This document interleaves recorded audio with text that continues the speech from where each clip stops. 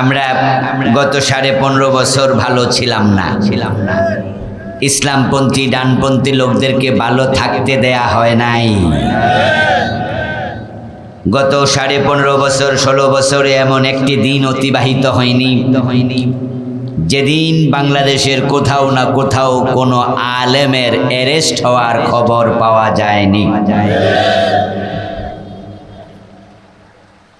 এই দেশের সবচেয়ে সম্মানিত মানুষ হযরত ওলামায়ে হযরত, যাদেরকে মানুষ এখনো সম্মান দেয়, গত 15 বছরে আলেমদেরকে চরম অপমান করা হয়েছিল।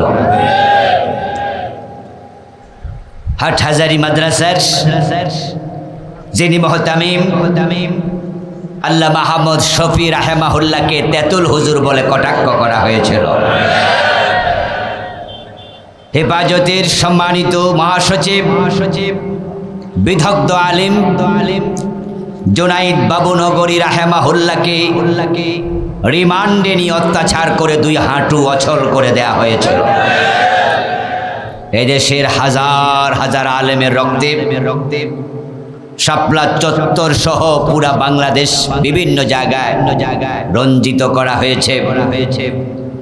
আল্লামা সাইদি রাহেমাহুল্লাহকে 13টি বছর বিনা অপরাধে মিথ্যা অভিযোগে কারার অন্ধকারে আল্লামা সাইদিকে তারা নিক্ষেপ করে শেষ দিকে সুস্থ মানুষটাকে হাসপাতালে এনে পয়জনিং করে বিষ প্রয়োগে তারা হত্যা করেছে। চরম দুঃসময় আমরা কাটিয়েছি। কোরআনে আল্লাহ তাআলা বলছেন, তিলকাল আইয়াম নুদাবিলুহা বাইনান নাস, আমি মানুষের মাঝে দিন আবর্তিত করি, দিন আমি ঘুরাই। গত 15 বছর আমাদের দুঃসময় ছিল, আমরা কষ্টে ছিলাম। আল্লাহ দিন এখন ঘুরিয়ে দিয়েছেন। এখন বাংলাদেশে কষ্টে আছে রাম এবং বামেরা। এখন তারা পালানোর জন্য দাড়ি কামাচ্ছে, কিন্তু অনেকে ইন্দুরের গর্ত খুঁজে পাচ্ছে না। আল্লাহ ওদেরকে লাঞ্ছিত করেছেন। আমাদের ডাক্তার তাহের ভাই বলেছে এটা ওদের প্রাপ্য ছিল। ওদের কর্মের ফসল তারা নিজেরাই ভোগ করছে। প্রিয় ভাইরা, আমাদের প্রতি আল্লাহর বড় করুণা। আলহামদুলিল্লাহ আমরা দীর্ঘ 15-16 বছর পর নিশ্চিন্তে নির্দ্বিধায় নির্বিঘ্নে নিঃসংকোচে আল্লাহর জমিনে আল্লাহর কোরআনের কথা বলতে পারছি। এখন কারো কাছে মাহফিলের জন্য অনুমতির প্রয়োজন হয় না। অথচ গত 15 বছরে অনুমতি ছাড়া মাহফিল করা যেত না। আবার অনুমতি দিল অনেক শর্ত, এটা বলা যাবে না, ওটা বলা যাবে না। মাহফিলে এসে শুধুমাত্র তাদের 2-1টি অনাচার অন্যায়ের বিরুদ্ধে কথা বলেছে, এই অপরাধী বক্তার সম্মুখ থেকে তারা মাইক কেড়ে নিয়েছে, এমন ঘটনাও ঘটেছে। বক্তাকে পুলিশের হাতে তুলে দিয়েছে, এমন ঘটনা ঘটেছে। এটা আমাদের জন্য লজ্জা। আপনাদের দক্ষিণ চট্টগ্রামের কনকাপোজ অথবা বাতিসাব এই এলাকায় আমার বন্ধু বর মুফাসসির মাওলানা আবুল কালাম আজাদ আজহারি তার মাহফিলে তার গাড়ি রেখে দিয়ে পরে তার বিরুদ্ধে একজন চেয়ারম্যান এখানে বাদী হয়ে চট্টগ্রাম থানায় মামলা করেছে।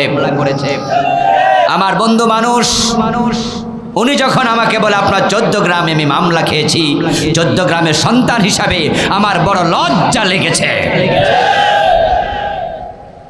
বাংলাদেশের আরেকজন প্রখ্যাত মুফাসসির প্রফেসর জনাব মফিজুর রহমান, চট্টগ্রামের মানুষ, আমাদের ক্যান্ডার এক মাহফিলে এসেছিলেন। এই চট্টগ্রামে মিয়াবাজারের পাশে ক্যান্ডা, এই ক্যান্ডার মাহফিলে এসে তিনি এক বাড়িতে অবস্থান করছিলেন। ওই বাড়ি থেকে ওনাকে অ্যারেস্ট করে 2.5 মাসের বেশি কুমিল্লা কারাগারে রেখে দেওয়া হয়েছিল। উনি মাহফিল করতে এসেছিলেন, স্টেজে উঠতে দেয়নি, ওনাকে অ্যারেস্ট করেছে অধ্যাপক মফিজুর রহমান ভাইয়ের সাথে এই রমাদানের আগের রমাদানে ওমরায় আমার সাক্ষাৎ হয়েছে। তিনি গত ৫-৭ বছর ধরে লন্ডনে আছেন। দেশ থেকে তিনি হিজরত করতে বাধ্য হয়েছেন। মক্কার পাশের একটি হোটেলে বাংলাদেশি ভাইয়েরা প্রোগ্রামের আয়োজন করলো। সেখানে অধ্যাপক মফিজুর রহমান ভাই এবং আমি মেহমান হিসাবে ছিলাম। ওনার পাশে বসতে আমার লজ্জা লেগেছিল। এই কারণে আমার 14 গ্রামে তাকে অ্যারেস্ট হতে হয়েছিল। সারাটা দেশকে তারা কারাগার বানিয়ে রেখেছিল। তারা কোরআনের কণ্ঠকে চেপে ধরেছিল। আমার জন্মভূমিতে আমাকে তারা এক যুগের বেশি মাহফিল করতে দেয়নি। আজকে ফেরাউনরা কোথায়? এ নমরুদের আজকে কোথায়? আমরা আমার 14 গ্রামে আবার ফিরে এসেছি, ঠিক কিনা? আল্লাহ আমাদেরকে আমাদের এলাকায় আবার ফিরিয়ে দিয়েছেন। আল্লাহর বড় দয়া। নবী মূসা আলাইহিস সালামকে আল্লাহ তাআলা সমুদ্র পার করিয়েছেন নিরাপদে। আল্লাহ ফেরাউনকে পানিতে ডুবে মেরেছেন। নবী ইব্রাহিম আলাইহিস সালামকে আল্লাহ আগুন থেকে হেফাজত করেছেন। নমরুদকে আল্লাহ জুতার বাড়ি খাইয়ে লাঞ্ছিত অবস্থায় পৃথিবী থেকে বিদায় করেছেন। যারা 15টি বছর আমাদের কণ্ঠ চেপে ধরেছে, আমাদেরকে এলাকায় আসতে দেয়নি, তাহের ভাই বলেছেন তার বাবার কবর জিয়ারত করতে পারেননি। যারা আমাদেরকে এলাকা ছাড়া করেছিল, আল্লাহ তাদেরকে দেশ ছাড়া করে দিয়েছে। এটা তাদের উপর আল্লাহর গজব। এটাকে আমি এই জন্য আল্লাহর গজব বলি, কারণ 15 আপনার 5ই আগস্টের যে বিপ্লবের কারণে সরকার 300 MP সহ পালাতে বাধ্য হয়েছে। এই বিপ্লব কিন্তু এবার কোনো মানুষ করে নাই। এই বিপ্লব করেছেন সরাসরি আরশের মালিক আল্লাহ। এবার বিএনপি বলতে পারবে না বিপ্লব আমরা করেছি। জামাত ইসলামীও দাবি করতে পারবে না বিপ্লব আমরা করেছি। হেফাজত ইসলাম, খেলাফত ইসলাম, জাতীয় পার্টি কেউ বলবে না আমরা করেছি। আপনারা বলবেন ছাত্ররা করেছে। আমি বলবো না, কারণ ছাত্রদের যে আন্দোলন ছিল সে আন্দোলনের শুরুতেই সরকারের পদত্যাগ বা পালিয়ে যাওয়ার প্রসঙ্গটাই ছিল না। ছাত্রদের আন্দোলন শুরু হয়েছিল কোটা সংস্কার। আপনারা এটা তার সাক্ষী, ঠিক কিনা? মাত্র 3 মাস 3.5 মাস আগের ঘটনা। জুলাইতে যখন ছাত্ররা আন্দোলন শুরু করে তারা কি সরকারের পদত্যাগ চেয়েছিল না কোটা সংস্কার চেয়েছিল? তখন যদি প্রধানমন্ত্রী বলতেন দ্যাটস ওকে, তোমরা গণভবনে আসো, তোমাদের কি কি দাবি আছে আমার কাছে লিখিত দিয়ে যাও, এটা আমি বিবেচনা করব, তোমরাও তোমাদের ইউনিভার্সিটিতে ক্লাসে ফিরে যাও। অতটুকু কথা বললেই কিন্তু আন্দোলন থেমে যেত। কিন্তু না, তার মুখ দিয়ে বেফাস কথা আল্লাহ বের করে দিয়েছেন। তিনি ছাত্রদেরকে শান্তির পরিবেশে অশান্তির আগুন ঢেলে দিয়ে তাদেরকে রাজাকারের নাতি বলে গালি দিয়েছে। তিনি বলতে পারতেন আসো, দাবি দাবা জানিয়ে যাও, আমি বিবেচনা করব, দ্যাটস ওকে। এখানে আন্দোলন থেমে যেত। কিন্তু তিনি রাজাকারের নাতিপুতি যখন বললেন তখনই ছাত্ররা রাস্তায় নেমে গেল। উঠেছিল ঘামাছি। এটা চুলকাইতে গিয়ে যে ক্যান্সার হইয়া রুগী মাইরা যাবে, রুগী এটা ভাবতেও পারে নাই। যে আন্দোলনটা শুরু হয়েছিল আওয়ামী লীগের মতো একটি শক্তিশালী রাজনৈতিক দল এমন আন্দোলনকে থামিয়ে দেয়া, বন্ধ করে দেয়া, এটা একটা ব্যাপারই ছিল না। শুধু প্রধানমন্ত্রীর 1 মিনিটের বক্তব্য শান্ত করে দিতে পারত, কিন্তু না, আল্লাহ এবার রেগে গিয়েছেন। আর নয়, 15 বছর কোরআনের কণ্ঠ, আলেমদের কণ্ঠ চেপে ধরেছ। আল্লাহর বক্তব্য ইন্নাহু লা ইউফলিহুজ জালিমুন, জালেমরা কখনো সফল হয় না। এই আয়াতের রেজাল্ট আল্লাহ আমাদের দেখাতে চাইলেন। কারণ আমরা মাজলুমেরা চিৎকার দিচ্ছিলাম, আল্লাহ তোমার সাহায্য কোথায়, মাতা নাসরুল্লাহ, আর কত আর কত আর কত কত মায়ের চোখের পানি জমা হয়েছে আল্লাহর আরশে গিয়ে, তার কোনো হিসাব নেই। কত বাবা গুম হয়েছে, ওই নাবালেগ শিশুদের চোখের পানি আল্লাহর আরশে জমা হয়েছে। কত স্ত্রী তার স্বামী হারিয়েছে, ওই বিধবার আত্মনাদ আল্লাহর আরশে জমা হয়েছে। কত ভাই হারা বোনের চোখের পানি ঝরেছে, কত হাজার মানুষ খুন হয়েছে, গুম হয়েছে। আমার আল্লাহর বক্তব্য, জালেম সফল হয় না। এই জন্য আল্লাহ ঘামাসি থেকে ক্যান্সার দিয়ে রোগীর মৃত্যু দিয়ে দিয়েছেন। আচ্ছা, ছাত্ররা যখন রাস্তায় নামলো, আমি ভূমিকা স্বরূপ কথাগুলো কেন বলছি? বলার কারণ এতে আমাদের জন্য শিক্ষণীয় আছে না নাই? আমরা যেন জালেম না হই। মাঝে মাঝে কিন্তু আমরাও চান্স পাইলে জালেম হই। গরিবের মেয়ে যে স্বামী বিয়ে করে, চুন থেকে সামান্য পান খসতেই ওই পয়সাওয়ালা স্বামী, ক্ষমতাওয়ালা স্বামী, ওই গরিবের মেয়ে তার বউ গায়ে হাত তোলে, টেনশন করে না, কারণ আমি তো ক্ষমতাওয়ালা। এই জন্য যেই লাঠি দিয়ে গরু পিটায় হাল চাষ করার সময়, ওই লাঠি দিয়ে বউ পিটায়, এমন জালেম স্বামীও আছে না নাই? আর শ্বশুর পক্ষ যদি ধনী হতো, তার শালা যদি এলাকার মেম্বার অথবা চেয়ারম্যান হতো, অথবা এলাকার ফিসকে মাস্তান, তাহলে দুলাভাই কিন্তু বোনের গায়ে হাত তুলতে সাবধানে তুলতো। ঘরে বউ মানলে বাজারে গেলে উল্টা আমার মাইর খাওয়া লাগবে। আমরা ঘরেও জালেম হই। পয়সাওয়ালা মানুষের গরিব প্রতিবেশী জুলুমের শিকার হয়। ক্ষমতা পাইলে আমরাও ভুলে যাই মানুষ কিভাবে মজলুম হয়, আমরা জালেম সাজি।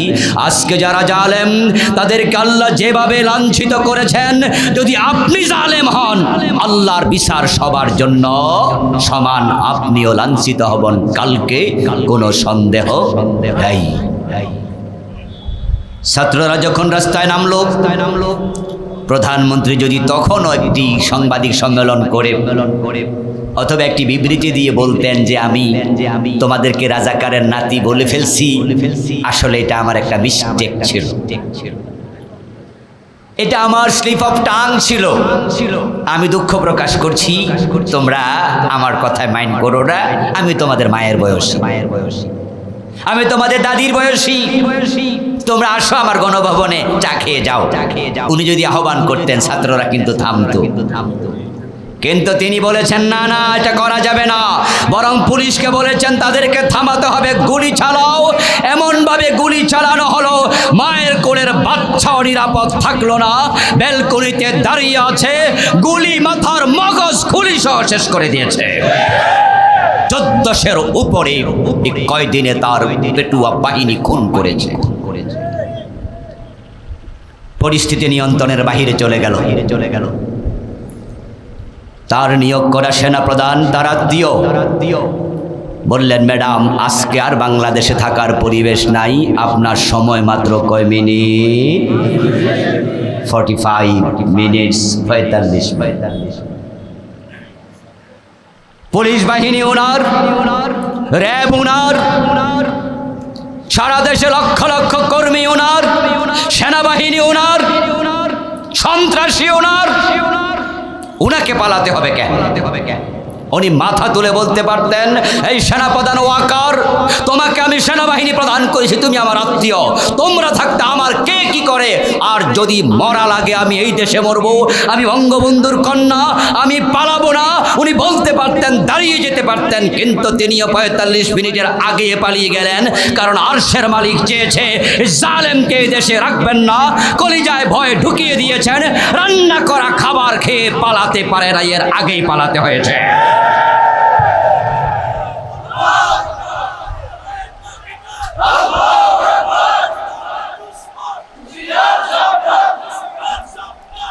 আমার ভাইয়েরা, রান্না করলো কে আর খাইলো কে? পরবর্তী ছাত্ররা গিয়ে উনার বাড়ির রান্না করা বা খাবার খায় আর ফেসবুকে লাইভ প্রচার করছে, সেলফি তুলে দিচ্ছে, কে কত বড় মাছটা নিচ্ছে। আজকের বাংলাদেশ সাক্ষী এই শক্তিশালী সরকার 15 বছর লাগাতার যারা ক্ষমতায়, যাদের সময়ে কনস্টেবল থেকে বিচারপতি পর্যন্ত, একজন সুইপার থেকে সেনাপ্রধান পর্যন্ত নিজের দলের লোক ছাড়া নিয়োগ দেয় নাই, তারাও তাকে বাঁচাতে পারে নাই। আল্লাহর ধরা বড় শক্ত, আল্লাহ দেখিয়ে দিয়েছেন তিনি ছাড় দেন কিন্তু ছেড়ে দেন না। যে আল্লাহ তাআলা আমাদেরকে অবারিত উন্মুক্ত এই ময়দানে কোরআনের কথা বলার সুযোগ দিলেন। আসুন আমরা আলোচনায় একটু ঢুকবো। শুরুতে তাকে কৃতজ্ঞতা জানাই, ধন্যবাদ জানাই। সবাই মিলে একবার কালিমাতুর শুকর পড়ি, আলহামদুলিল্লাহ। প্রিয় ভাইরা, মাগরিবের পর থেকে আলোচনা চলছে, রাত 10টা পার হয়ে গেছে। ইতিমধ্যে আমাদের আবু নসর আশরাফি ভাই চমৎকার আলোচনা করেছেন প্রায় ঘন্টাখানেক। তাহের ভাই করলেন 35 থেকে 40 মিনিট। যে আলোচনাগুলো আজকে দরকার ছিল আমি শুনেছি নসর ভাইয়ের আলোচনাও প্রায়, তাহের ভাইটা তো এখানে বসে পুরাটা শুনলাম। আমার মনে হয় আজকে ওয়াজ না করলো আর অসুবিধা নাই, আমরা শুধু মুনাজাত দিলেও চলবে, ঠিক না? কি আলোচনা একটু করব? শুনবেন? আমাকে রেখে চলে যাবেন না তো? ওয়াদা দিতে হবে। কারণ যদি আমি আলোচনা শুরু করি আর আপনারা উঠতে শুরু করেন, পরিস্থিতি কি সুন্দর লাগবে? আমারও ভালো লাগবে। তের সে ভালো সাইরা দেমা কাইন্দাবাসি পালাবেন না। ফখরুলের বাড়ি যাবেন না তো আবার? আচ্ছা, না ফালাইলেই হয়। তবে হ্যাঁ, সময় বেশি নষ্ট করব না, আধা ঘন্টা তো বলতে পারি নাকি? আপনারা আমার সাথে কথা বলুন, ওয়াদা দিতে হবে। আমার আলোচনা শেষ পর্যন্ত আমি আশা করছি 30 মিনিট আলোচনা করব। এর চেয়ে বেশি যদি আপনারা মনোযোগী হয়ে শুনতে চান তাহলে হয়তো 2-4 মিনিট বাড়াবো। কিন্তু 30 মিনিট তো কমপক্ষে সময় দেবেন। রাজি আছেন? উঠবেন না তো? যে উঠবে তার সাথে কি হবে? ধরে রাখবেন, পাঞ্জাবি ধরে টান মারবেন। তবে যদি সে বলে যে আমি ওইটা বোঝেন কি এক নাম্বার, তাইলে হরে ছেড়ে দিয়েন। পাঞ্জাবি ধরে রাখলে এলাকা নষ্ট করে ফেলবে। আর 1 নাম্বার ছাড়া বা 2 নাম্বার ছাড়াই আধা ঘন্টাকে উঠতে পারবেন না। যদি হ্যাঁ বলেন তাহলে শুরু করব। আসুন প্রিয় ভাইয়েরা, আলহামদুলিল্লাহ। আমি আপনাদের সম্মুখে পবিত্র কোরআন মাজিদ থেকে সূরা আল আনকাবুতের 45 নম্বর আয়াতে কারিমা তিলাওয়াত করেছি। প্রিয় নবীজি মুহাম্মদুর রাসূলুল্লাহ সাল্লাল্লাহু আলাইহি ওয়াসাল্লামের পবিত্র মুখ নসৃত এখানে ছোট্ট হাদিসে নববী পাঠ করেছি। আল্লাহ তাআলা তৌফিক দান করলে এখান থেকে কিছু কথা বলবো ইনশাআল্লাহ। আল্লাহ তাআলা বলছেন, উতলু মা উহিয়া ইলাইকা মিনাল কিতাব। হে প্রিয় নবীজি, আপনার কাছে কিতাব থেকে যা ওহী হিসাবে পাঠানো হলো তা আপনি তেলাওয়াত করুন। ওহী হিসাবে কোরআন থেকে যে আয়াতগুলো আমি আল্লাহ আপনার কাছে পাঠাচ্ছি, আপনি এগুলো উম্মতকে পড়ে পড়ে শোনায়া দেন। আপনার কাছে আমার পক্ষ থেকে যে মেসেজগুলো যাচ্ছে, বাল্লিগ মা উনজিলা ইলাইকা মির রাব্বিকা, আপনার রবের পক্ষ থেকে যাওয়া মেসেজগুলো উম্মতের কাছে তাবলীগ করুন, পৌঁছিয়ে দেন। এই কোরআন আমি আপনাকে তেলাওয়াত করে একা একা ঘরের তাকে রেখে দেওয়ার জন্য পাঠাই নাই। আমি আল্লাহ কোরআন মানুষের কাছে প্রচার করার জন্য আপনাকে পাঠাইছি। ও নবী, আপনি এটা পড়ুন, এটা পৌঁছান, তেলাওয়াত করে শোনান। প্রিয় নবী সাল্লাল্লাহু আলাইহি ওয়াসাল্লাম আল্লাহর পক্ষ থেকে আসা এই মেসেজ, এই ওহী, এই কোরআন মানুষের কাছে প্রচার করলেন না গোপন রাখলেন? আল্লাহর আদেশ তিনি একবারে হুবহু 100% তিনি পূর্ণ করলেন, পালন করলেন। কোরআনের একটা আয়াত, একটা শব্দ প্রিয় নবী গোপন করেন নাই। আল্লাহর হাবিব কোরআন যদি গোপন করতে চাইতেন, গোপন করার সুযোগ কিন্তু ছিল। কারণ রাসূলুল্লাহর উপর কোরআন কাগজে লিখে অথবা কোনো বড় মাপের কাছের গ্লাসে এইভাবে নাজিল হইছে নাকি কলবে নাজিল হইছে? কার কলবে নাজিল হলো, কার কলবে কি আসলো, অন্য কেউ দেখার কোনো সুযোগ আছে? আমার রাসূল যদি এ কোরআন থেকে কিছু লুকাইতেন তাহলে আবু বকর ওমর টের পাওয়ার কোনো কথা ছিল না।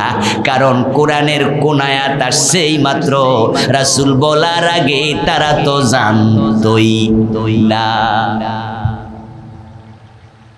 বরং রাসূলুল্লাহ সাল্লাল্লাহু আলাইহি ওয়াসাল্লামের কাছে যখন ওহী নাজিল হতো মায়েশা সিদ্দিকা বলেন আমরা বুঝতাম, কারণ ওনার কপালের মাঝে প্রচন্ড শীতের মাঝেও ঘামের কণা জমে যেত।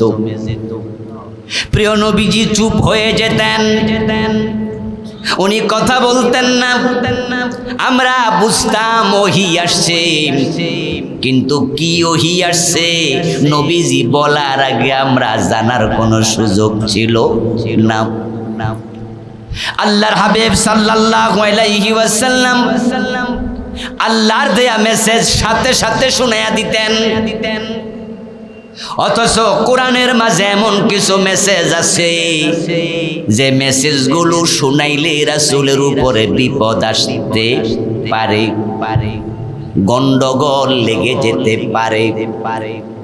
যেমন মক্কার কাফেররা এসে যখন প্রিয় নবীজির কাছে প্রস্তাব দিল, ও আব্দুল্লাহর বেটা মুহাম্মদ, তুমি আমাদের ভাতিজা আত্মীয়, এই দেবদেবীর বিরুদ্ধে তুমি কথা বলার পর থেকে মক্কার পরিবেশটা উত্তপ্ত হয়ে গেছে।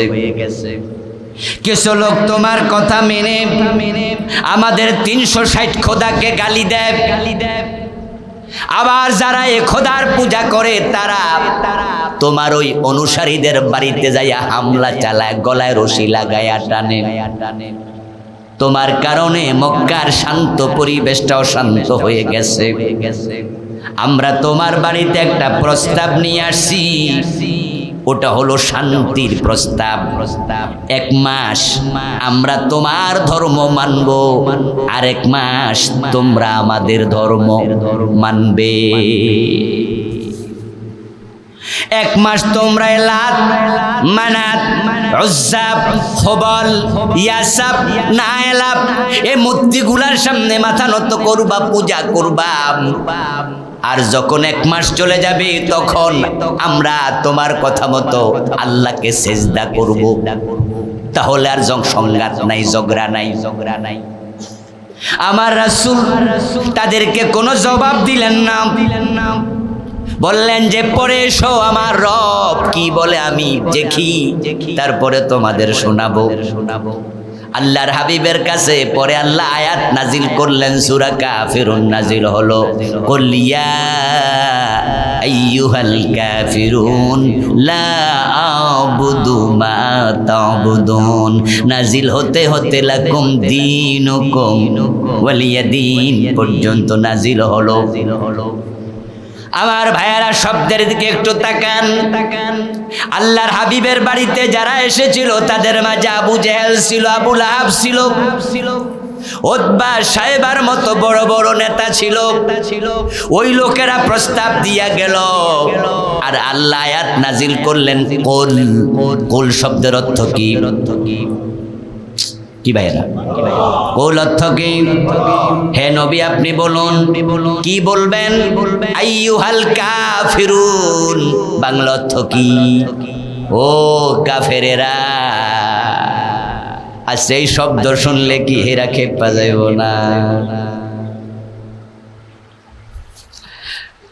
আচ্ছা, আমাদের দেশে যারা হিন্দু, আপনি যদি হের দোকানে যায় এখন কি কাফের ভালো আছেন মাইন্ড করবো না?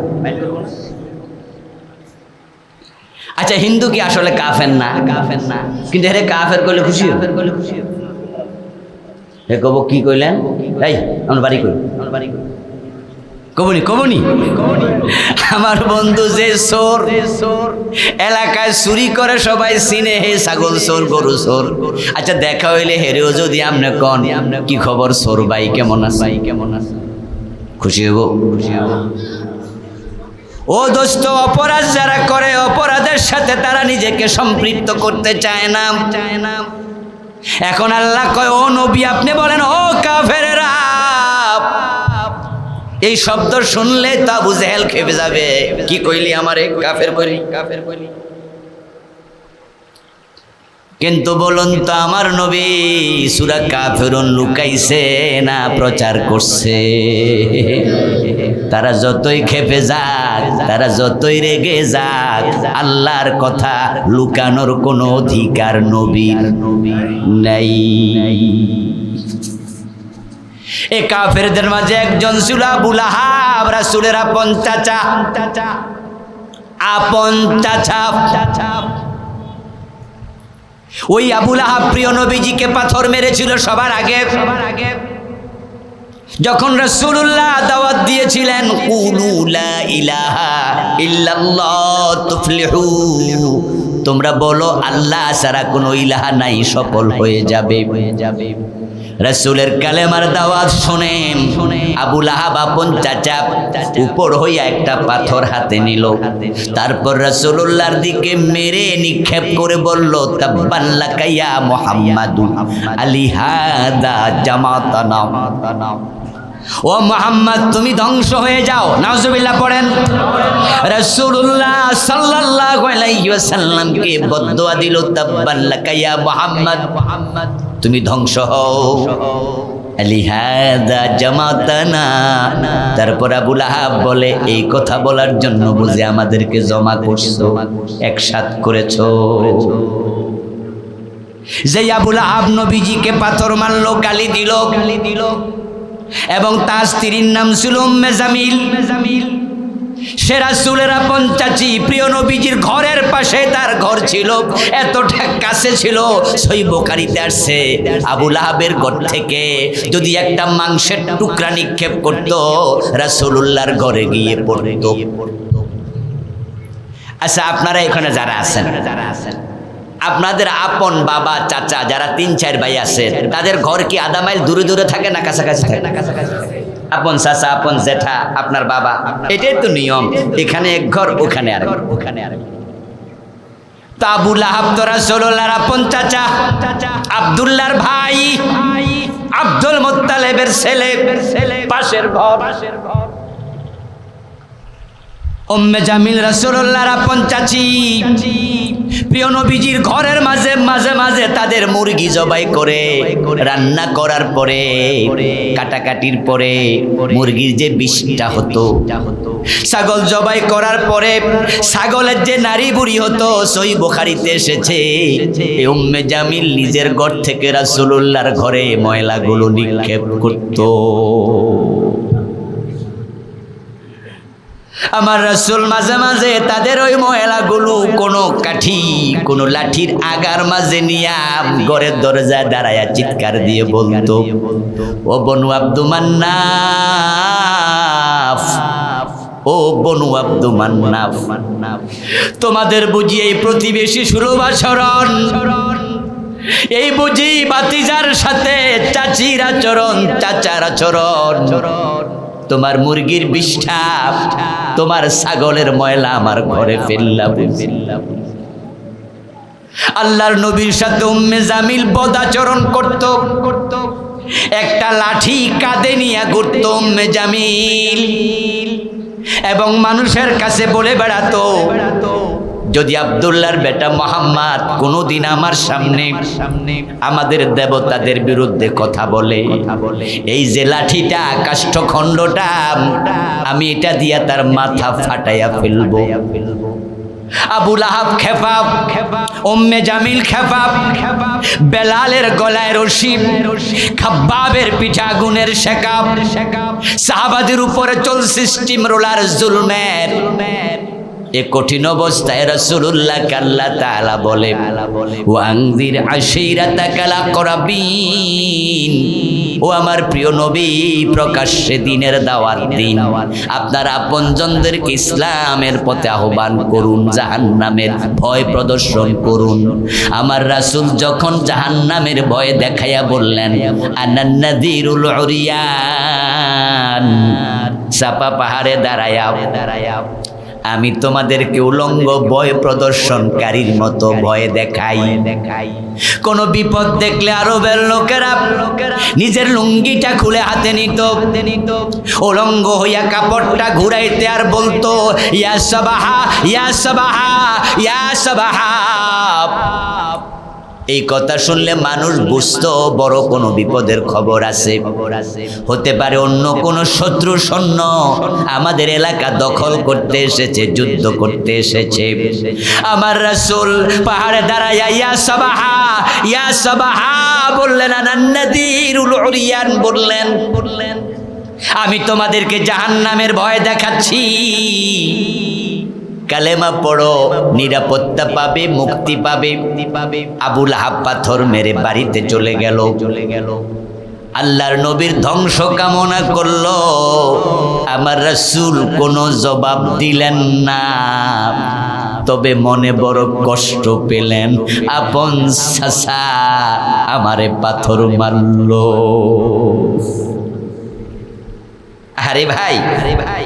আরে ভাই আমরাও মাঝে মাঝে বিভিন্ন জায়গায় বিপদে পড়ি।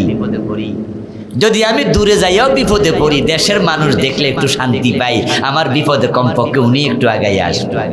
বাজারে যাইয়া যদি কোনো ফেঁসে পড়েন, আপনার ঘরের লোক বাড়ির লোক দেখলে আপনার একটা শান্তি লাগে, কমপক্ষে উনি আগাই আসবে। রাসূলের দুর্দিনে আপন চাচা পাথর মেরে উদ্বোধন করলো, অন্যদেরকে বুঝাইয়া দিল এই কাম তোমরাও। প্রিয় নবীজিকে বদদুয়া দিল, ধ্বংস হয়ে যাও মুহাম্মদ। রহমতের নবী প্রতিবাদ করেন নাই, কিন্তু আরশের মালিক সহ্য করেন নাই, তিনি প্রতিবাদ করে সূরা লাহাব নাজিল করে দিলেন সাথে সাথে।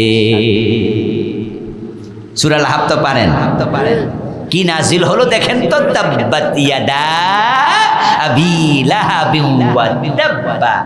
বাংলা অর্থ কি? বাংলা অর্থ হলো আবু লাহাব তার দুই হাত, এর মানে আবু লাহাব নিজে ধ্বংস হয়ে যাক। তাব্বাত ইয়াদা আবি লাহাব, আবু লাহাবের দুই হাত ধ্বংস হোক, মানে সে নিজে ধ্বংস হোক, ওয়া তাব্বা হোক না, হয়ে গেছে অতীতকালে। আল্লাহর হাবিবের উপরে আবু লাহাব কি খুশি অবস্থায় আছে নাকি খেপে আছে? কথা বলতে হবে। খুশি আছে না রেগে আছে? এখন এই আয়াত যদি রাসূল তেলাওয়াত করে শোনায়, আবু লাহাব কি আরো খুশি হবে না রেগে যাবে? শুধু আবু লাহাব না, সামনে যায় আল্লাহ কয় ওয়ামরাতুহু হাম্মালাতাল হাতাব। আবু লাহাব একা ধ্বংস না, ওয়ামরাতুহু তার বউ ধ্বংস হোক। হাম্মালাতাল হাতাব ওই মহিলা, যে মহিলা কাঁধের মাঝে লাকড়ি নিয়ে ঘোরে। ওই লাকড়িটা কেন কাঁধে নিয়ে ঘুরতেছিল? একটু আগে কিন্তু বলছি, মনে আছে তো? ওই মহিলা আল্লাহ কয় কাঁধে লাকড়ি নিয়ে ঘোরে, ওই মহিলা ধ্বংস হোক। আল্লাহর হাবিব যদি ওহী গোপন করতেন, তাহলে তৎক্ষণাৎ তিনি সূরা লাহাবটা গোপন করতেন, কারণ তিনি বোঝেন এই সূরা যদি এখন আমি প্রচার করি, তেলাওয়াত করি, তাহলে আমার শাশি আরো খেপা যাইব, আমার চাচাও আরো খেপে যাবে, মক্কার লোকদেরকে আমার বিরুদ্ধে আরো খেপাইয়া দেবে। বেলাল রে তো এখন গলায় রশি লাগায়, রেগে গিয়ে গলায় তলোয়ারও চালাতে পারে। তাই এই টাইমে সূরাটা প্রচার করব না, এটা লুকায়া রাখবো, এটা ট্রাঙ্কের ভিতরে লুকায়া রাখলাম। আল্লাহ যদি কোনো দিন কাল দেয়, তখন ট্রাঙ্ক খুইলা মানুষের শোনায়া দেব।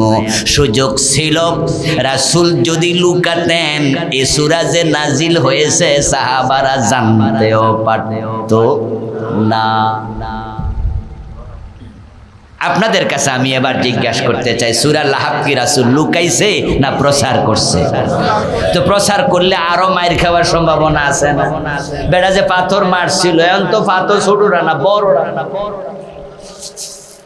তার বউ যে লাকড়ি কান্দে লইয়া হাঁটে, এতদিন তো মাথাত ফাড়ায় নাই, এখন তো মাথাত ফাড়াইব, বলবো কি আমার বিরুদ্ধে তুমি কবিতা বানাইয়া প্রচার করো। নাউজুবিল্লাহ পড়েন। তারা তো কোরআনকে কবিতা বলতো, ঠিক না?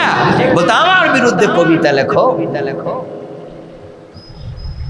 আমার বন্ধু প্রিয় নবীজি ওহি লুকানোকে হিকমত মনে করতেন না, কিন্তু আমরা তো হিকমতের নামে কোরআনের আয়াত লুকাই, মেসেজ লুকাই।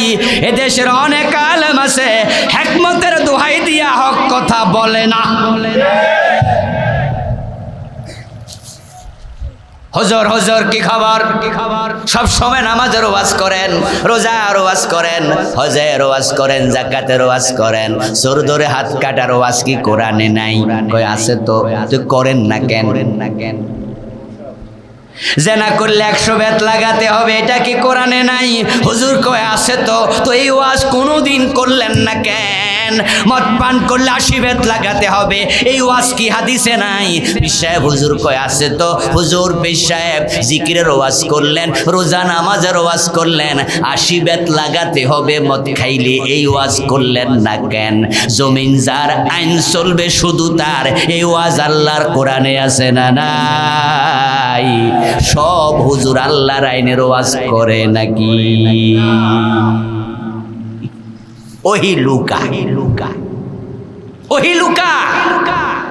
কোরআনের আলোচনা অতটুকু করে যতটুকু করলে মাইর খাওয়া লাগবে না, মামলা হবে না, হামলা হবে না, জেলে যাওয়া লাগবে না, চাকরিটা চলে যাবে না, তার খানকায় মুরিদ কমবে না, হাদিয়া তোফা কমবে না। ও যতটুকু করে, যতটুকু করলে হালুয়া রুটি মিলবে, পেটে মোটা হবে, গলা তাজা হবে, ফুলের মালা মিলবে। তাই অর্ধেক ওয়াজ করছে তারাই 15 বছরে হালুয়া রুটি খেয়েছে।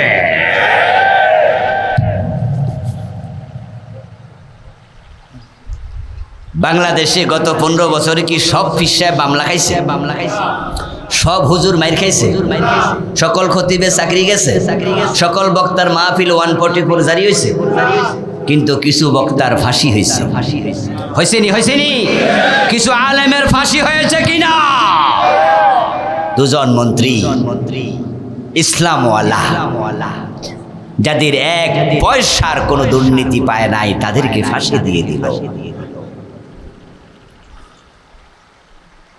ও দোস্ত আমার, আল্লামা সাইদির কথা বলেছি, 13টা বছর জেলে রেখে দিল। কত হুজুর মাহফিল করতে পারে নাই, 144 জারি, খতিবি চলে যায়, চাকরিটাও চলে গেছে, ব্যবসা বাণিজ্য শেষ হয়ে গেছে। আমাদের সাতক্ষীরা অঞ্চলে খবর নিয়ে দেখবেন অনেকের দোতলা বাড়ি বুলডোজার দিয়ে ভেঙে দিয়েছে। কোন হুজুর মাইর খায়, কোন হুজুর জেলে যায়, কোন হুজুরের চাকরি যায়, আর তার বিপরীতে কত হুজুর হালুয়া রুটির ভাগ পায়। যে হুজুররা গত সরকারের আমলেও ভালো ছিল, কিছু কিছু হুজুর তো শেখ হাসিনারে জান্নাতিও বানাই দিয়েছে, ঠিক না? ডাইরেক্ট কয়ে দিছে মিটিংয়ে যে আপনি একজন জান্নাতি মানুষ। আরে হুজুর তো কইছে যে উনি আল্লাহর ওলি হইয়া গেছে। কইছিনি এই ভিডিওগুলো এখনো আছে না নাই? যেই হুজুর ওনাকে জান্নাতি বানাইলো, আরেক হুজুর আল্লাহর ওলি বানাইলো, আরেক দল তো যাইয়া উনারে চাচি মা ডাকা শুরু করছে, ঠিক না? আম্মা জান, আমাদের জননী, যিনি জননী কইল তারে পুরস্কার হিসাবে বাইতুল মুকাররমের খতিব বানাইলো। 5 তারিখের ফলে শেখ হাসিনাও ফালাইছে, খতিব ফালাইছে। এই জাতি কি দেখলো রে বাবা, যে খতিব নিজে বলাইছে, কেউ কওয়া লাগে না। ও প্রিয় ভাইরা, এই যে আপনি অধিকা ইসলাম প্রচার করতেছেন, 80 বছর পিরালি করলেন, 100 বছর হায়াত পাইলেন, আল্লাহর জমিন আল্লাহর আইন লাগবে, একদিনও মুরিদের কাছে ওয়াজ করে নাই, এমন পীর আছে না নাই? আল্লাহর আইনের কথা একদিনও বলে নাই, এমন বক্তা আছে না নাই? তাহলে তুমি ওই আয়াতগুলো কার জন্য রাইখা গেলা? এবার আপনি জিজ্ঞাসা করেন যে হুজুর ঘটনাটা কি? আপনি যে এই ওয়াজ কোনোদিন করেন না, আপনার খতিবের আপনি জিগাইবেন। এখন তো জিগাই লাভ নেই, এখন সবাই ওয়াজ শুরু করে দিচ্ছে, কারণ এখন তো পরিবেশ সামনে। তা আপনি অতীতের কথা যদি কইতেন যে হুজুর আগে যে আপনার এই মুখ দিয়া এগুলো আসি নাই, আচ্ছা আসিবে হযরত ওমর যদি তার ছেলে আবু শাহামাকে দিতে পারে মদ খাওয়ার কারণে, ওই মদের আয়াতের ওয়াজ আপনি কেন করলেন না? হুজুর কইবে এই মিয়া এটা হিকমত। হ্যাঁ, এগুলা হলো হিকমত। কারণ আমার এলাকার যে চেয়ারম্যান ও বেটা ইয়াবার ব্যবসা করে, আপনি জানেন? মসজিদের সভাপতি সুদ খায় এমন মসজিদ আছে না নাই? মসজিদের সেক্রেটারি ঘোষ খায় এমন মসজিদ আছে না নাই? আমাদের কক্সবাজার সীমান্তে এমপি ছিল বদি। ওই বদি অনেক মসজিদের সভাপতি। বদি মসজিদ নিজের টাকা দিয়ে বানিয়েছে। এলাকার এমপি হিসাবে মসজিদের হুজুররা তাকে জি জি করেছে। সে ছিল চট্টগ্রামের সবচেয়ে বড় ইয়াবা ব্যবসায়ী। ইয়াবার বাংলাদেশের সবচেয়ে বড় ব্যবসায়ী ছিল বদি। যখন পতিত স্বৈরাচার সরকারের সাবেক স্বরাষ্ট্রমন্ত্রী ঘোষণা করলেন মাদকের বিরুদ্ধে জিরো টলারেন্স নীতি, তখন বিভিন্ন জায়গায় মাদক কারবারিদের গুলি করা শুরু হলো। পুলিশ, ডিবি, র্যাব যেখানে মাদক চোরাচালানি পেল গুলি করতে শুরু করলো। 10-20 জন মরে গেল। পত্রিকায় ছবি। হঠাৎ করে আমি তাকায়া দেখি বদি ওমরা হজে চলে গেছে। পত্রিকায় আসছে চট্টগ্রামের বদি কোথায় আছে এখন? তিনি ওমরা হজে গেছে। এর মানে বুঝছে দেশে থাকলে আবার কোন পুলিশ গুলি মাইরা দেয়, কারণ র্যাবের মাঝেও কিছু ভালো লোক আছে না নাই? চান্স পাইয়া যদি ও কয় যা তোরা আমি নিলাম, ঝুঁকি আমি নিলাম, তা তোরে শেষ। এই জন্য ওমরা হজে চলে গেছে। পত্রিকায় লেখালেখি হলো তার বিরুদ্ধে। পরবর্তী বছর যখন আবার সরকার মনোনয়ন দেয়া শুরু করলো, তখন কথা উঠলো ইয়াবা কারবারি বদি, তাকে মনোনয়ন দেয়া যাবে না, সরকারের ভাবমূর্তি নষ্ট হবে, কারণ সে যে একজন ইয়াবার বাংলাদেশের সেরা ব্যবসায়ী, এটা প্রমাণিত সত্য। তখন এলাকার লোকেরা বলল হুজুর, আমি ওদিকে মাহফিল করতে যাই, তো বললো যে হুজুর ওরে এবার দেয় নাই, তবে তার বউরে দিছে। পরবর্তী বছর এমপি হলো বদির। এই বাকিটা আপনারা কন না, সব আমারে দিয়া কন। কারে দিছে? পাবলিক তখন স্লোগান বানাইছে, বদির বদলে বধু, লাউয়ের বদলে কদু। যখন এই স্লোগান বানালো, আমি পরবর্তী বছর মাহফিল করতে গিয়ে বললাম যে এই স্লোগান বানাইলেন কেন আপনারা? শুনলাম যে এই স্লোগান এই এলাকায় নাকি চলছে। আমার একজন বলল হুজুর চলবে না কেন? এমপি হয়েছে বধূ, কিন্তু সিগনেচার করে বদি। মানে বললো যে হুজুর আমরা কাজ কারবার এমপির কাছে যাওয়া লাগে। উনার বউ দোতলা থেকে নামে না, নিচতলায় পুরা অফিস, পাইক ফেয়াদা সব বদির লোক। আর বদি বড় চেয়ারে বসে আছে এবং বলে যায় কাগজ কার কোনটা লাগবে, এমপির সিগনেচার যেগুলো এগুলো রেখে দেয়। আমরা শুনতে পেয়েছি বউয়ের সিগনেচারটা হে নিজে করে দেয়। বউরে শুধু কইছে এমপি হইছ দোতলায় হইয়া থাক, নিচে নামবি না।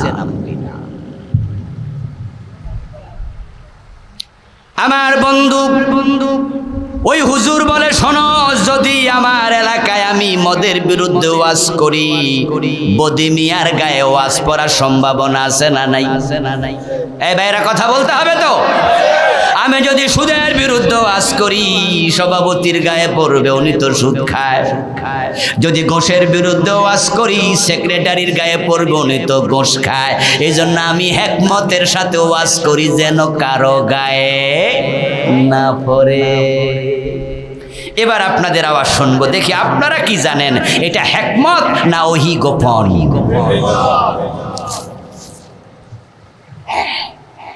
এটা ওহি গোপন, এটার নাম হিকমত হতে পারে না। আমার দোস্ত, হ্যাঁ আমি আপনাকে বলবো না যে আপনি হেকমতের বাহিরে চলেন। হেকমত কৌশল বলতে যা বুঝায় সেটা বিজ্ঞ জনচিত চিন্তা করে কোন কথা কিভাবে কখন বলা উচিত তা মাথায় রাখবে, কিন্তু সত্য গোপন করবে না, বরং চিন্তা ভাবনা করে খুব সূক্ষ্মভাবে সত্য তুলে ধরার নাম হেকমত। সত্য লুকিয়ে রাখার নাম হেকমত না। যারা হক না বলে হক গোপন করে তারা বোবা শয়তান হয়ে যায়। আস-সাকিতু আনিল হাক্কি শায়তানুন আখরাস। বরং আপনারাও হেকমা ভুল বুঝেছেন। ভুল বুঝে এমন হয়, আমি দেখি যখন কোনোদিন মাহফিলে খতিব সাহেব মসজিদের মিম্বারে বক্তা মাহফিলে আজকে এমন কিছু কথা বলে ফেলেছে যে কথাগুলো সত্য, কিন্তু বক্তার জন্য ঝুঁকি, মিম্বারের খতিবের জন্য ঝুঁকি। তাই আপন কিছু আছে, বক্তবৃন্দ আছে, তারা আস্তে কইরা নামাজের পরে বাড়ি যায় না, জুমার পরে থাকে মসজিদ অপেক্ষা করে। হুজুর সাহেব খতিব সাহেব কামরায় ঢুকছে ওনার হুজরাতে, এবার আস্তে করে দরজায় নক করে, হুজুর আমি অমক, একটু ভিতরে আসতে চাই, কথা আছে। হুজুর কয় ভাইজান আপনি কি জুমা পড়ে যান নাই? বলে না, আপনার সাথে জরুরি কথা। এবার ভিতরে ঢুইকা দরজা লাগাইয়া কয়, হুজুর আপনি যে ওয়াজ করছেন আজকে আমার তো টেনশনে ঘুম হয় না, বাড়ি যেতে পারছি না, খাওয়া দাওয়া বন্ধ, কারণ আপনি যা বলছেন সত্য, কিন্তু সময় তো ভালো। হুজুর যে ওয়াজ আপনি করছেন, হুজুর আমি তো শেষ, হুজুর আজকে তো আপনারা ধরে নিয়ে যাবো, হনেন নাই পাশের গ্রামের অমুকেরে জেলে দিছে, অমুকেরে করছে, তমুকেরে করছে। হুজুর এইসব কথা দয়া কইরা আপাতত কইেন না, আল্লাহ যেদিন সময় দিব ওই পরিচিত মানুষটা আপনার হিতাকাঙ্ক্ষী, সে কল্যাণকামী, তাই সে এসে আপনার গোপনে ঘরের দরজা লাগায় কইেন হুজুর হোক, সত্য কথা বলবেন না, তবে আপাতত না, আল্লাহর সময় দিলে। তো আমার নবী সূরা লাহাব মদিনা গিয়ে তো কইতে পারি। হিজরতের পরে মক্কা বিজয় হলো, ইসলামী রাষ্ট্র কায়েম হলো, আবু জাহেল মরে গেল, আবু লাহাব মরে গেল। রাসূল তো এখন সূরা লাহাব তেলাওয়াত করে শুনাইতেন, মাঠ খোলা, ঠিক না? কিন্তু উনি কি লুকায় রাখছিলেন না? ওখানে বলে দিছেন। আমাদের দেশের হুজুরদের কি হলো? আলহামদুলিল্লাহ, আলহামদুলিল্লাহ। এই সত্য বুঝার কারণে আল্লাহর এই জমিনে এমন কিছু মানুষ এখনো আছে যারা কোরআন মাজিদের বিসমিল্লাহর বা থেকে মিনাল জিন্নাতি ওয়ান নাসের সিন পর্যন্ত যত বিধান আছে, যত আইন আছে, সবগুলোর কথা নিঃসংকোচে নির্দ্বিধায় বলে।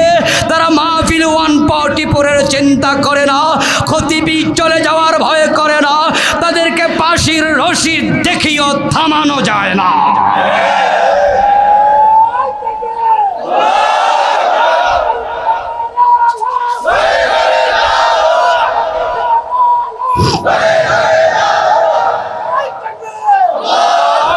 আমার বন্ধু, এই কোরআনের কিছু বিধান আপনি মানলেন, কিছু মানলেন না, কিছু বিধান বললেন, কিছু বিধান বললেন না। এই অধিকা ইসলাম মানা অবস্থায় মরে গেলেন, জান্নাত পাবেন? ভাবলেন কেমনে? জান্নাত বুঝি এত মাগনা?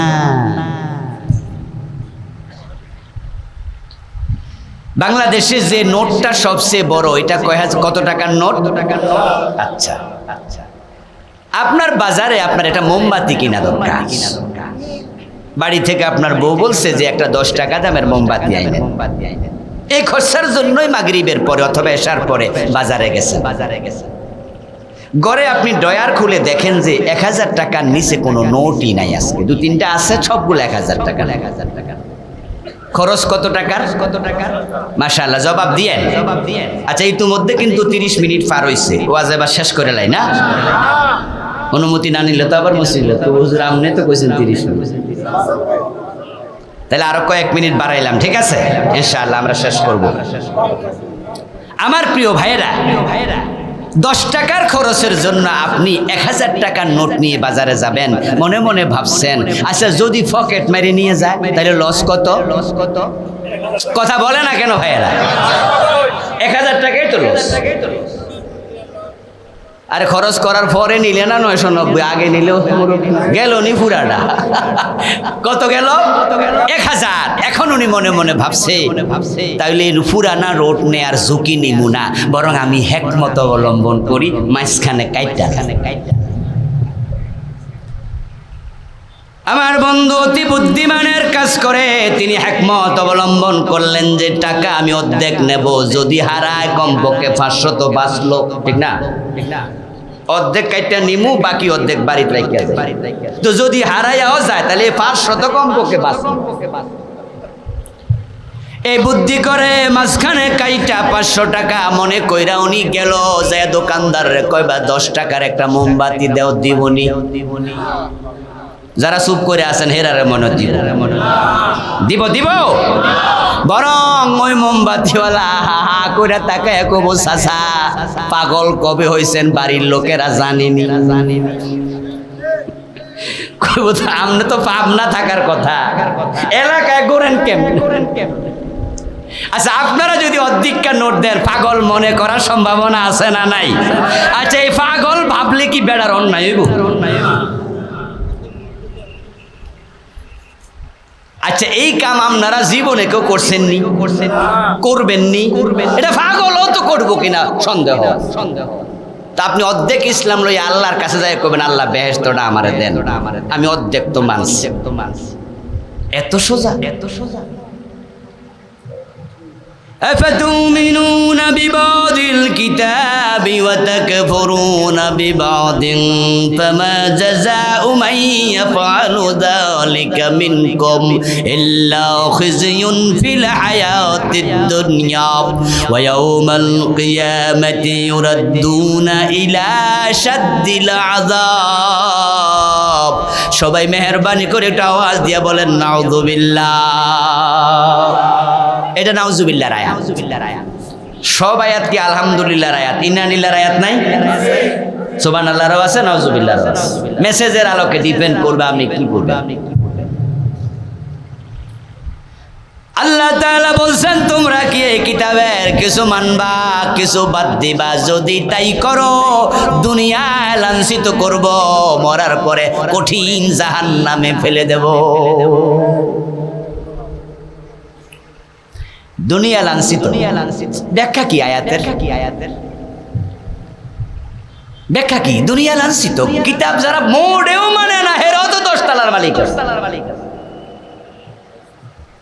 ইসলাম মানে না, সারাদিন সুদ খায়, ঘুষ খায়, জুলুম করে, অত্যাচার করে। হুজুর ছেলে একটা ব্যারিস্টার, একটা ইঞ্জিনিয়ার, আর একটা ডাক্তার। লাঞ্ছিত কোথায়? এমপি হয়েছে, মন্ত্রী হয়েছে, হুজুর কোনো লাঞ্ছনা মানছনা দেখি না, বরং গোলশানে বাড়ি, ধানমন্ডিতে বাড়ি। আল্লাহ কয় দুনিয়া লাঞ্ছিত করব অর্ধেক মানলে। আরে অর্ধেক মানলে লাঞ্ছনা, এ তো পুরাটাই মানে না, হেরও তো লাঞ্ছনা নাই। আল্লাহ কি ভুল কথা বলে? আল্লাহর কথা কি মিথ্যা হয়? দুনিয়ার লাঞ্ছনার ব্যাখ্যা কি? আমার বন্ধু দুনিয়ার লাঞ্ছনার একাধিক ব্যাখ্যা হতে পারে, তবে কোরআন থেকে যে ব্যাখ্যা সেটা শোনাই। একটা লাঞ্ছনা তো আছেই, যেমন মুসলমানের আজকে অর্ধেক ইসলাম মানে, অর্ধেক ইসলাম মানে না, তাই দুনিয়ায় মুসলমান আছে যেখানে মাইরি খায় সেখানে। এটা একটা ব্যাখ্যা। লাঞ্ছিত হওয়া Bosnia, Chechnya, Somalia, Kashmir, Algeria, ফিলিস্তিন, গুজরাট, মায়ানমার আসে না আমাদের বাংলাদেশে? এই যে ওখিয়া সীমান্তে গেলে দেখবেন 10-12 লাখ বাংলাদেশে আইসা বয়ে রয়েছে মুসলমান, ওরা রোহিঙ্গা। সিরিয়া, আপনি তাকে দেখেন মিশরে খোয়ান। ফিলিস্তিনের মুসলমানদেরকে গত 5-7 মাসে কি হলো? পুরা ফিলিস্তিন গাজা অঞ্চল এখন শ্মশান হয়ে গেছে, কবরস্থান হয়ে গেছে। হাজার হাজার বিল্ডিং মুখ থুবড়ে পড়ে আছে, প্রতিদিন শত শত মরে যাচ্ছে। একদিনে 1000-এর উপরে মরে গেছে, এমন দিনও অধিকা মুসলমান। এটা আপাত ব্যাখ্যা, এটা একটা লাঞ্ছনা। আর কোরআন থেকে ব্যাখ্যা হচ্ছে যারা কোরআন মানবে না, অধিক্কা মানবে, মোটেও মানবে না, কোরআন থেকে মুখ সরিয়ে নেবে, আল্লাহ বলছে তাদের মৃত্যু যখন হবে ফেরেশতারা ইয়াদরিবুনা উজুহাহুম ওয়া আদবারাহুম ওয়া যুকু আযাবাল হারিক, ফেরেশতা এসেই চেহারার মাঝে, পিঠের মাঝে জাহান্নামের আগুনের তৈরি চাবুক দিয়া পিটাতে পিটাতে মৃত্যু দেবে। ولو ترى إذ يتوفى الذين كفروا الملائكة يضربون وجوههم وأدبارهم وذوقوا عذاب الحريق। আপনাদের সবার কাছে আমি একটু জবাব চাইবো, যারা বোঝেন একটু জবাব দেন। যাকে ফেরেশতা চেহারায় পিঠে জাহান্নামের চাবুক দিয়ে পিটাচ্ছে, এরপরে মৃত্যু দেবে, লোকটা সম্মানিত না লাঞ্ছিত? আপনারা যারা আছেন আমার ওয়াজ আজকে শুনছেন এখানে অথবা ভিডিওর মাধ্যমে শুনবেন কালকে, সবার কাছে দায়িত্ব আদায় করছি, সবার কাছে মেসেজ পৌঁছিয়ে দিচ্ছি, এ কোরআনে যা আছে সব মানতে হবে, কোনো অংশ লুকানো যাবে না। অর্ধেক মানবা, আল্লাহ লাঞ্ছিত। তৃতীয়, ওয়ায়ুরাদ্দুনা ইলা আশাদ্দিল আযাব, কঠিন জাহান্নামের আগুনে ধাক্কা মেরে 1000 টাকার নোট অর্ধেক চলবে না, পুরাটা নেও। ফজরের নামাজ কয় রাকাত ফরজ? একটু বলুন দয়া করে, কয় রাকাত? 1 রাকাত পড়লেন সূরা ইয়াসিন দিয়া, আর 1 রাকাত বাদ দিলেন, সওয়াব পাবেন কতটুকু? অর্ধেকটা নামাজের কোনো দাম নাই। পড়লে পুরা পড়ো, না পড়লে ঘুমাও গাছাইয়া, অর্ধেকটা হইও না নাকি? আচ্ছা, আমরা যারা ফজরের নামাজ না পড়ে ঘুমায় থাকি, এমন যদি কেউ থাকে, আল্লাহ কি ফেরেশতা দিয়া ধইরা হেরে নামাজ পড়া? আল্লাহ কি তোমার নামাজের কাঙ্গাল নাকি? পড়লে পুরা পড়ো, না হলে বাড়ি যাও, ঘুমাও যাও। রোজা রাখছেন 12:30 পর্যন্ত দিনের, দুপুরবেলা ইফতার কইরা মনে মনে ভাবেন সওয়াব তো অর্ধেক পাইয়া লাইছি। পাইছেন? আচ্ছা, কতটুকু পাইছেন? পুরা বাদ রাখলে পুরা রাখো, না রাখলে বাদ দাও, অর্ধেকটা হইও না। ওয়াতলু মা উহিয়া ইলাইকা মিনাল কিতাব, ও নবী মুহাম্মদ সাল্লাল্লাহু আলাইহি ওয়াসাল্লাম, এই কিতাবে যা আছে সব বলুন, সব প্রচার করুন, সব মানুন। এখন রাসূলুল্লাহ সব বলেছেন, সব মেনেছেন। আবু বকর অর্ধেক মানছে, ঠিক না? পুরা মানছে। ওমর অর্ধেক মানছে না পুরা মানছে? ওসমান আলী অর্ধেক মানছে, ইমাম আবু হানিফা অর্ধেক মানছে, আব্দুল কাদের জিলানী অর্ধেক মানছে। তো আপনি অর্ধেকটা পাইলেন কই?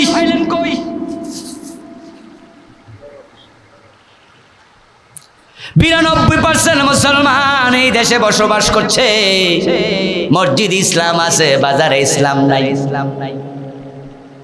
মাদ্রাসা ইসলাম আছে, আদালতে ইসলাম নাই। যে বিচারক মসজিদে আল্লাহর সেজদা দেয়, আল্লাহর কথা মতো নামাজ পড়ে, ওই বিচারক জোহর পইরা যখন আদালতের চেয়ারে বসে, আল্লাহর আইনে একটা রায়ও দেয় না, ব্রিটিশ আইনে মামলার রায় দেয়। 53 বছরে অর্ধেক মানে না। সুবিধাবাদ জিন্দাবাদে মোমেন হওয়া যায় না। আচ্ছা, নামাজে দাঁড়িয়ে আপনি বললেন ইয়্যাকা না'বুদু, বাংলা অর্থ কি? প্লিজ কথা বলুন, যারা পারেন বলেন অর্থ কি? হ্যাঁ, একমাত্র তোমার গোলামি করি, তোমার দাসত্ব করি, তোমার ইবাদত, তোমার কথা মানি। সত্যি কথা যদি এটাই হতো, নামাজ ছেড়ে আদালতে গিয়ে ব্রিটিশের কথা শুনলা কেন? আজীব মুসলমান। ইয়্যাকা নাস্তাঈন, ও আল্লাহ শুধু তোমার কাছে চাই। এটা যদি সত্য হতো, তোমার এই কথা যদি সত্য হতো, তাহলে খাজা বাবার কাছে চাইলা কেমনে? মাজারের কাছে ছেলে মেয়ে চায়, এমন মুরিদ বাংলাদেশে আসেনি 2-4 জন? আছে, মানে ফিরও আছে, বুজুর্গ আছে, বক্তাও আছে, কেউ ফিরে না, খালি হাতে খাজা বাবার দরবার। এরা খাজা বাবার দিকে বুঝাই দেয়, কারণ আল্লাহর কাছে চাইয়া লাভ কি? আল্লাহর কাছে তো এখন নাই। নাউজুবিল্লাহ পড়েন। আল্লাহর ধন রাসূলকে দিয়া আল্লাহ গেছে গায়েব। তো আল্লাহর ধন তো দিয়েই দিছে, হুজুর কইতাছে, মাহফিলে কইতাছে। আচ্ছা তাহলে কি আমরা মদিনায় গিয়ে রাসূলের কাছে চাইবো? না না, রাসূলেরটা খাজা লইয়া শুইয়া আছে। তাহলে আল্লাহর কাছেও নাই, রাসূলুল্লাহর কাছেও, এখন কার কাছে আছে? এই জন্য কইতাছে কেউ ফিরে না খালি হাতে, খাজা তোমার দরবারে। সবাই মিলে বলেন নাউযুবিল্লাহ। ও দোস্ত, খাজা বাবার কাছে গিয়া, খাজা বাবা আমার একটা ছেলে দেন, একটা মেয়ে দেন। সাইয়াটাইয়া তারপরে জোহরের নামাজে খাড়াইছে। খাজা বাবার রোজার পাশে, কবরের পাশেই তো আছে মসজিদ, মসজিদে দাঁড়াইলো।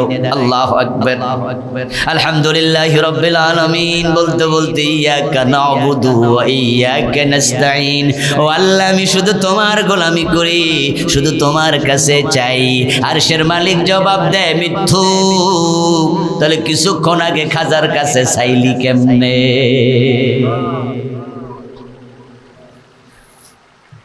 আপনি বলতেছেন আমি তোমার গোলাম, আর আপনি আইন মানেন ব্রিটিশ, এমপি হয়ে আইন বানান ব্রিটিশের পক্ষে, প্রেসিডেন্ট হইয়া 53 বছর প্রধানমন্ত্রী হইয়া দেশ চালাচ্ছেন ব্রিটিশের আইনে। আপনার নবী, আমার নবী, বিশ্ব নবী, রহমতের নবী মুহাম্মদুর রাসূলুল্লাহ সাল্লাল্লাহু আলাইহি ওয়াসাল্লাম 10 বছর মদিনার প্রেসিডেন্ট ছিলেন। চিৎকার দিয়ে বলুন তো, মন মতো চালাইছে না আল্লাহর আইন মতো? তো 53 বছরের বাংলাদেশ আল্লাহর আইনে কয়দিন চলেছে? তা আপনি চুপ করে আছেন, আপনি ঘুমান কিভাবে? আপনার আলোচনা কোথায় গেল? রোজার ওয়াজ করলেন, নামাজের ওয়াজ করলেন, আল্লাহর আইন কায়েমের ওয়াজ করলেনই না। আপনি পীর হিসাবে বড়, আপনি খতিব হিসাবে বড়, আপনি বক্তা হিসাবে বড়, কিন্তু আপনি পূর্ণাঙ্গ মোমেন হতে পারেন না। আপনি অর্ধেকা মোমেন, কারণ বাকি অর্ধেক আপনি নিজেই লুকায়া রেখেছেন। আসুন প্রিয় ভাইরা, আমরা আজকে এই মাহফিল থেকে দীক্ষা নিয়ে বাড়ি যেতে চাই। আমরা জীবনের সব জায়গায় ইসলাম মানব। রাজি আছেন না নাই? কোরআনে যা আছে, হাদিসে যা আছে, কোন রকমের আপোষ নাই, সব মানব। কোরআন আছে যেখানে, আমরা থাকবো সেখানে। কোরআন নাই যার সাথে, আমরাও থাকবো না তার সাথে। রাজি আছেন কিনা বলেন? আল্লাহ তাআলা আমাদের সকলকে কোরআনমুখী হওয়ার তৌফিক দিন। বলুন আমিন। হাযা মা ইনদি ওয়াল ইলমু ইনদাল্লাহ আলাইহি তাওয়াক্কালতু ওয়া ইলাইহি উনীব। প্রিয় ভাইরা, আমরা দোয়া করে একসাথে বিদায় নিচ্ছি।